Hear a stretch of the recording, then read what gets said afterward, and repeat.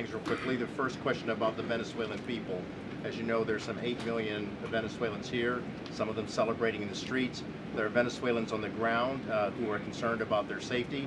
What does the Trump administration, what is it doing to actually help people in Venezuela understand that they will be secure throughout this transition? I think the fact that this president actually followed through on the long-held promise of the United States of America, the bipartisan promise to take down the illegitimate Maduro regime, should give assurance to the Venezuelan people and also Venezuelan Americans who fled this communist regime for a better life here at home, that this is a president who is serious about taking down illegitimate regimes and who is also serious about securing the security of the United States of America, including the Venezuelan American people. And I would just add that this is something that not just Republicans and President Trump have talked about for a very long time, but it is also something that Democrats have advocated for. In 2020, Chuck Schumer said that that at the time, President Trump had not brought an end to the Maduro regime. The Maduro regime is more powerful today and more entrenched today than it was when the president began. Now you hear Chuck Schumer out there saying this is reckless. The American people and the Venezuelan people should be in fear. But this is something that Chuck Schumer has long advocated for. Senator Chris Van Hollen, same thing, had said that the United States is going to use its leverage and influence to push for negotiations to transition to the truly elected leader. This was under President Biden. We know Maduro and his cronies don't want to go quietly into the night. The U.S. needs to work to ratchet up the pressure. Now, Senator Holland says it's an illegal act of war to get rid of Nicolas Maduro. So the hypocrisy is really astounding here, and thank you for giving me an opportunity to point it out, Kayla. Sorry, go ahead. Yes. So there are reports that the administration is demanding that Venezuela cut ties with China, Russia, Iran, and Cuba. Can you confirm? I'm sorry? Reports that the administration has essentially demanded that Venezuela cut ties with China, Russia, Iran, and Cuba. Can you confirm that?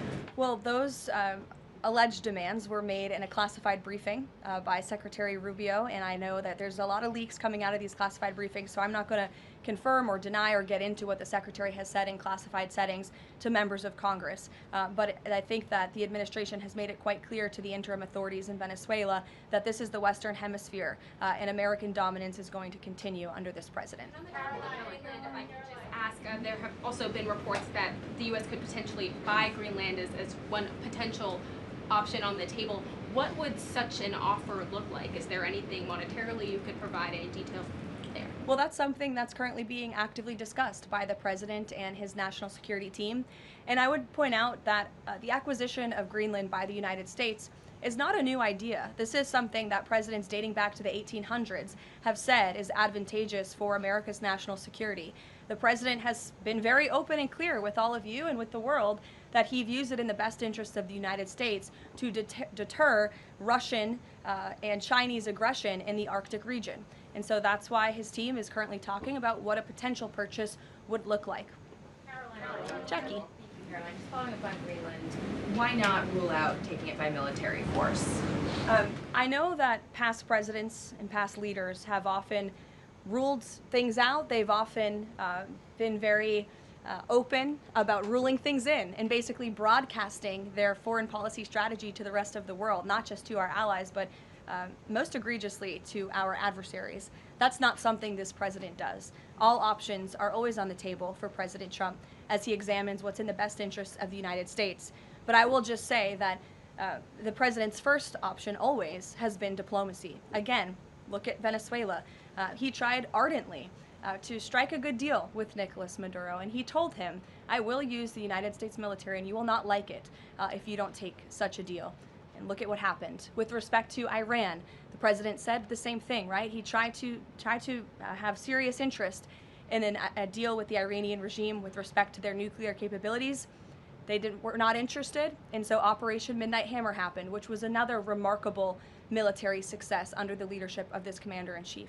So the president keeps his options open, but diplomacy is always the first. Very quickly, just one additional follow-up on that. Does the president recognize Denmark's ownership as part of the kingdom?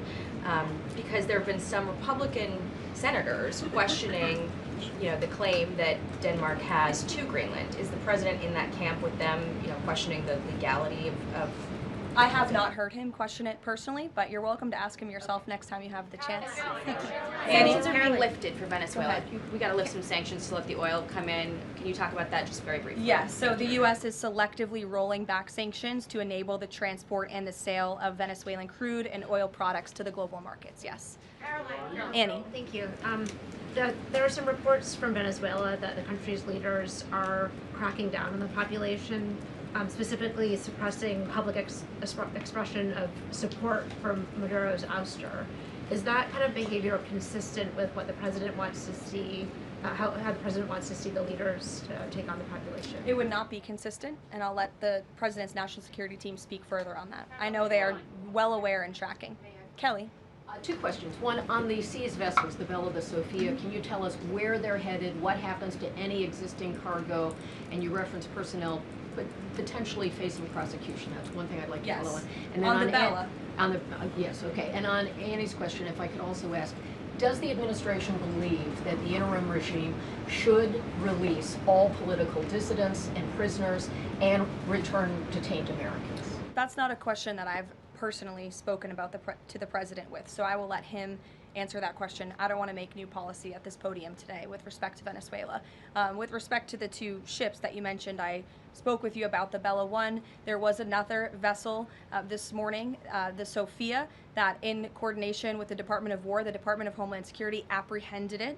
This is a stateless, sanctioned, dark fleet motor tanker, and this occurred without incident. This vessel was operating in international waters and conducting illicit activities in the Caribbean Sea. The U.S. Coast Guard is escorting the Sophia to the United States for final disposition. To answer your question, Kelly, directly, this was through Operation Southern Spear. The Department of War is unwavering in its mission to crush illicit activity in the Western Hemisphere. And as the President has repeatedly stated, we're going to defend our homeland and restore security and strength across the Americas. Dasha, go. Caroline, thank you and Happy New Year. Thanks, you too. Two questions, one on Venezuela, one on Greenland. You've repeatedly at the podium called the current leadership in Venezuela interim leadership. There are Republicans and Democrats alike that say they want to see elections in Venezuela